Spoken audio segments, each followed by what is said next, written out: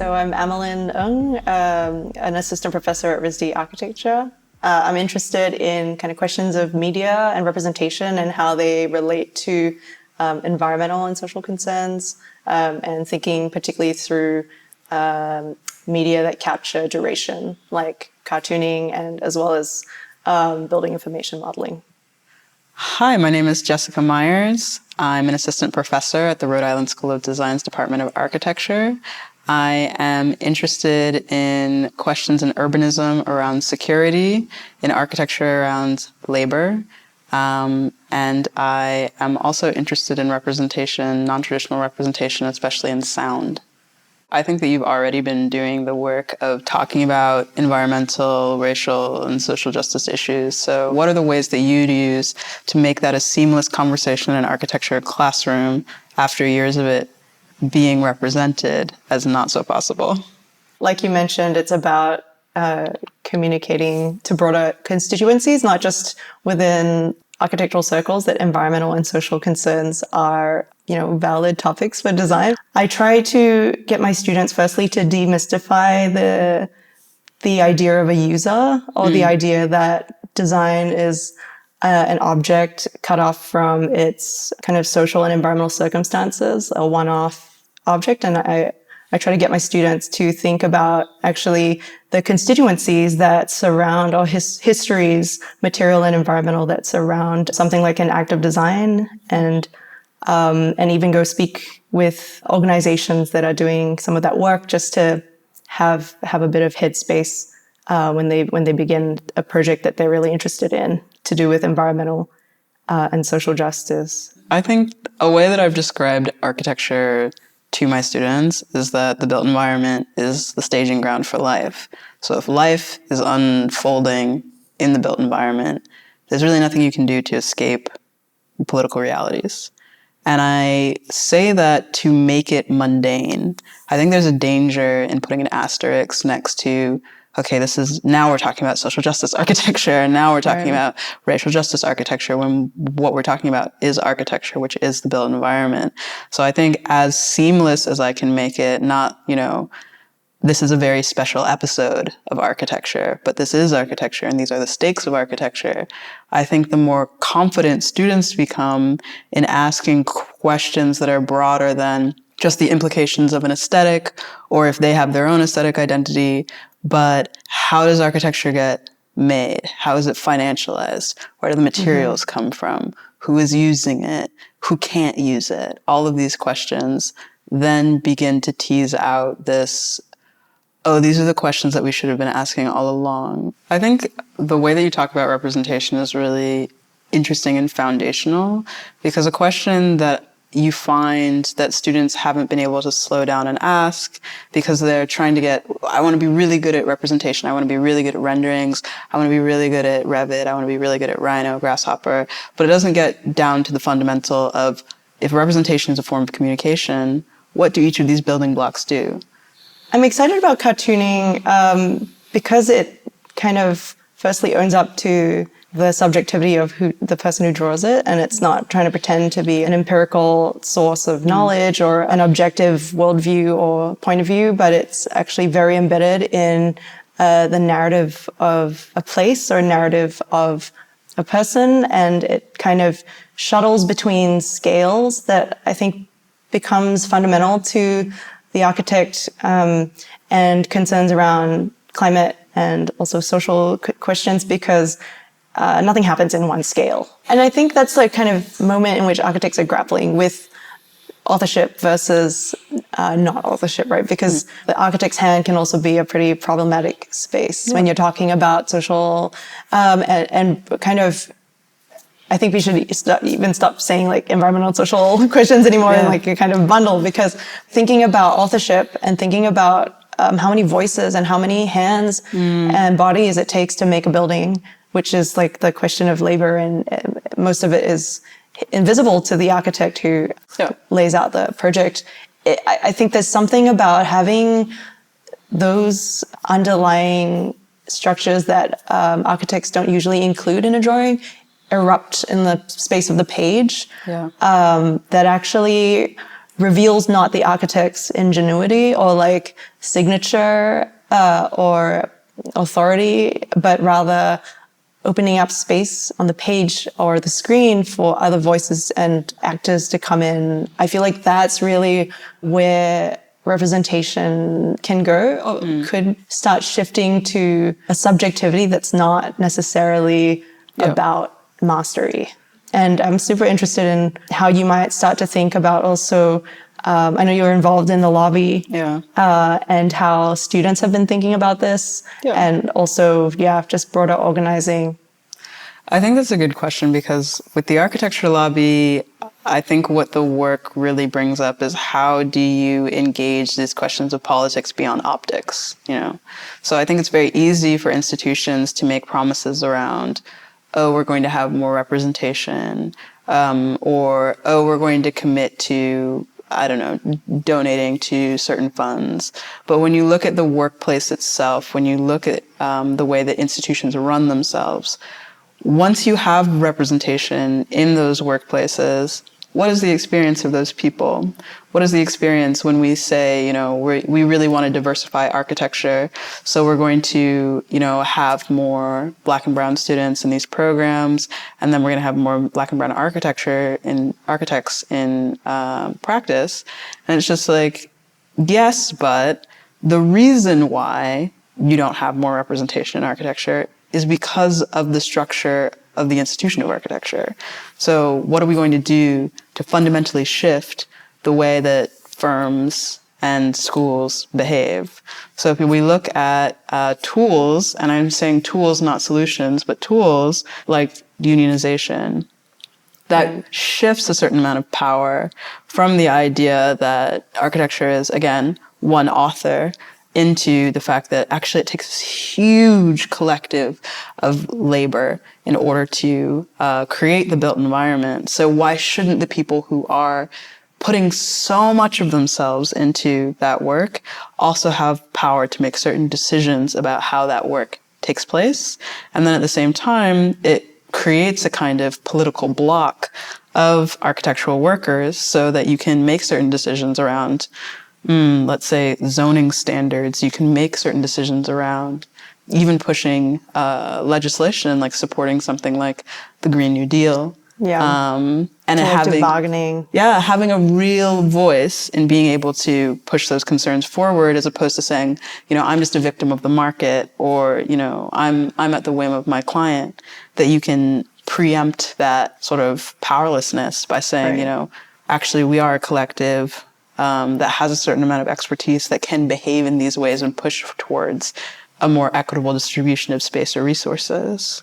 Right. Yeah. Can you talk a bit more about the podcast? So I would love to hear more about your Here There Be Dragons podcast, how you approach the built environment through it, and maybe some of the insights that have emerged for you. For the podcast, something that we wanted to do, similar to the work that you do, where you're talking to community members about their experiences in order to ground the project or in order to create kind of a body of evidence.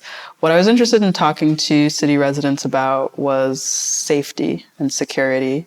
And I doubt this will be a surprise to anyone that the narrative of security creates a lot of allowances in governance. So usually the allowances that get created and how that shapes the built environment is including more surveillance, including more police, having anti-loitering laws, creating the types of streets that you have to kind of move through quickly or have a purpose to be on. Like there's no sort of like hanging out, that kind of thing. Or like the idea that if you commercialize public space, then people won't loiter because they'll have to be there for a reason.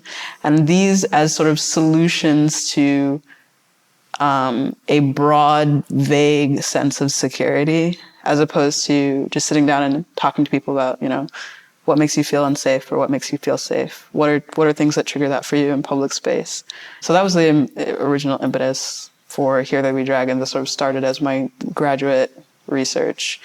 And why Here There Be Dragons? Oh, there is a cartography practice in the medieval world, medieval Europe, let's say, of cartographers sitting at docks and waiting for people to sort of come in from like a journey they had taken, and then sort of flagging them down and asking them to describe like what they had seen and where they had gone and things like that, and then starting to sort of create these sort of maps from the descriptions that people gave. And if they had like many descriptions of a space that was like, oh, like we don't know what that looks like, or it's very terrifying there, they'd draw these like sea monsters or dragons over it and have the phrase Hic sunt draconis, which means here be dragons or here there be dragons. So we were interested in that idea of like listening to someone's story as a way to create a map of a space, and especially like paying particular attention to where they feel safe versus where they feel insecure, and kind of articulating that as well. Because a tool that I use to interview people about this, because as you can imagine, people are not the most forthcoming about when they're scared, Right. is to have a map and these markers for people to sort of draw and articulate like, oh, this is where I feel the most safe, this is where I feel the most belonging, and this is where I feel most insecure. And then the stories that get sort of inspired from that, you know, why there, like what was experienced there. Yeah. I'm curious Right. if you could talk a little bit more about how you got into exploring and researching BIM. Right. And so representation in a way is also a kind of way of seeing, or another way of recasting values in architecture. And well, thinking about systems and thinking about universals. I think this is something that I started to problematize and also get kind of really interested in a research way about building information modeling. And it was a kind of festering curiosity, I would call it, having used it in practice. And, you know, the 90% of the firms in the world use building information modeling to document and model and cost construction projects. And even contractors are using BIM and engineers are using BIM. And it's just this idea that there's a universal platform in which all the constituents of the built environment can engage equally and unhindered in this space, the space of the model. And it's worked, you know, in such a way that architects and engineers and contractors, the AEC industry, is using this tool, this software, which, you know, does allow a kind of compounding of information and potential clashes and things like that to be resolved in a very kind of pragmatic way in order to construct a building. But I started to think about the headspace you're in when you're in building information modeling, when you're in BIM. And it's one of very systematized and reductive almost parts. It's a kind of element or inventory logic to the software and also to construction methods that takes away a lot of the things we were talking about. It takes away a lot about narrative or materials that are not just about the cost of a material or a perceived life cycle of a material. It somehow loses the sense of imagination as well as provocation of speculation when you're in the machine. And so I was wondering why that was. And I think the more I started to unravel this universalizing system of design representation and understanding that there was a pivot in architectural drawing when we started using BIM, was this idea that everything could be modeled and fit into the software. Yeah. And that is a particular worldview.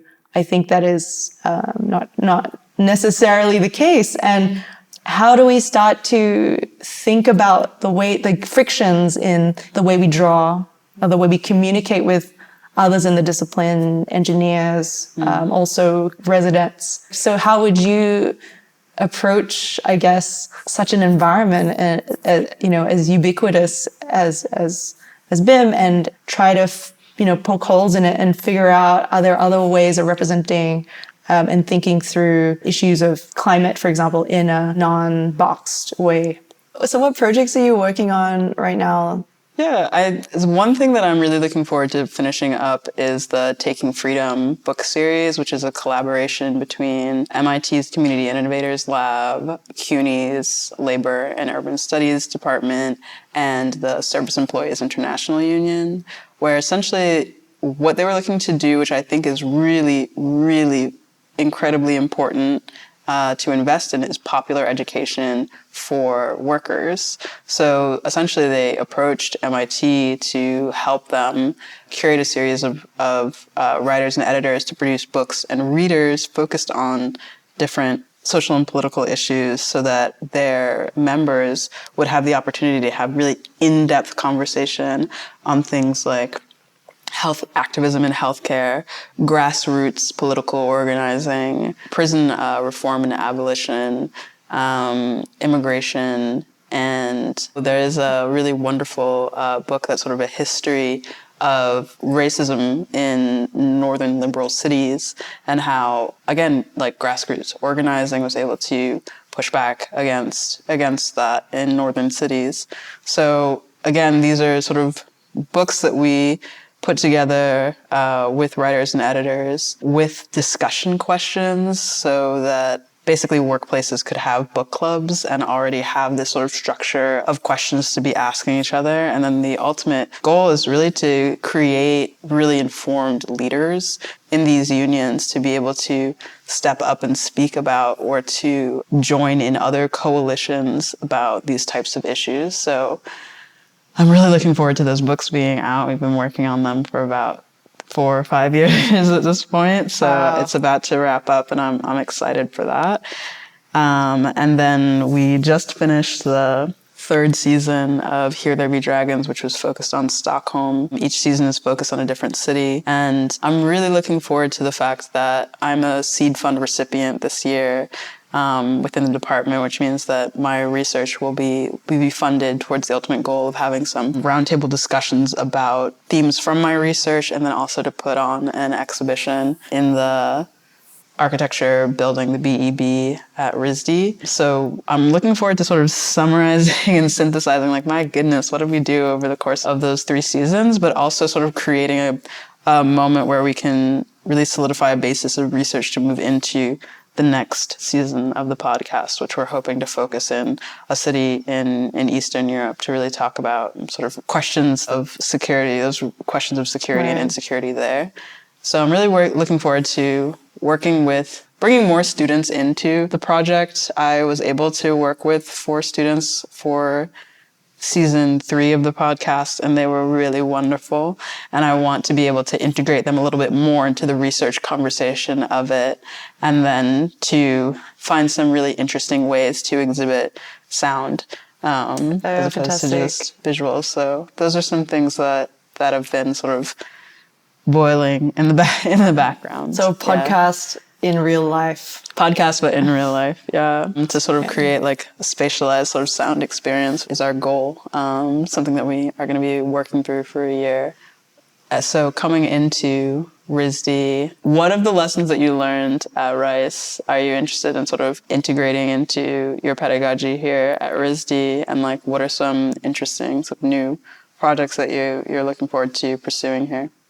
Yeah, so coming out of Rice, I think the pedagogy I've been developing there is a multi-scalar approach to design and to intent observation at the scale of a room or an artifact, to the scale of a structure or architecture, to infrastructure and systems that are more urban, and how the architect, which is, trained in observation as well as kind of synthesis and projection, can start to think in a multi-scalar way, particularly when you're talking about something like climate, or when you're talking about something like environment, which can be incredibly broad and invisible to the eye. Bringing that multi-scalar lens to RISD, and also bringing in new dimensions. I'm really excited about bringing in the question of time, a longue durée of time, and not just the life cycle of building time or a life cycle of construction project time.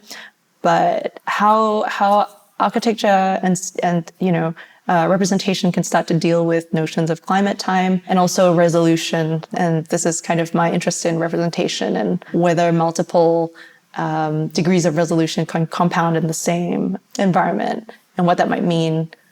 And so, I think RISD is a really exciting place to explore and experiment, and not take any tools as givens, but actually just have a good go and see what comes of it without any prior framing. Exciting. Yeah.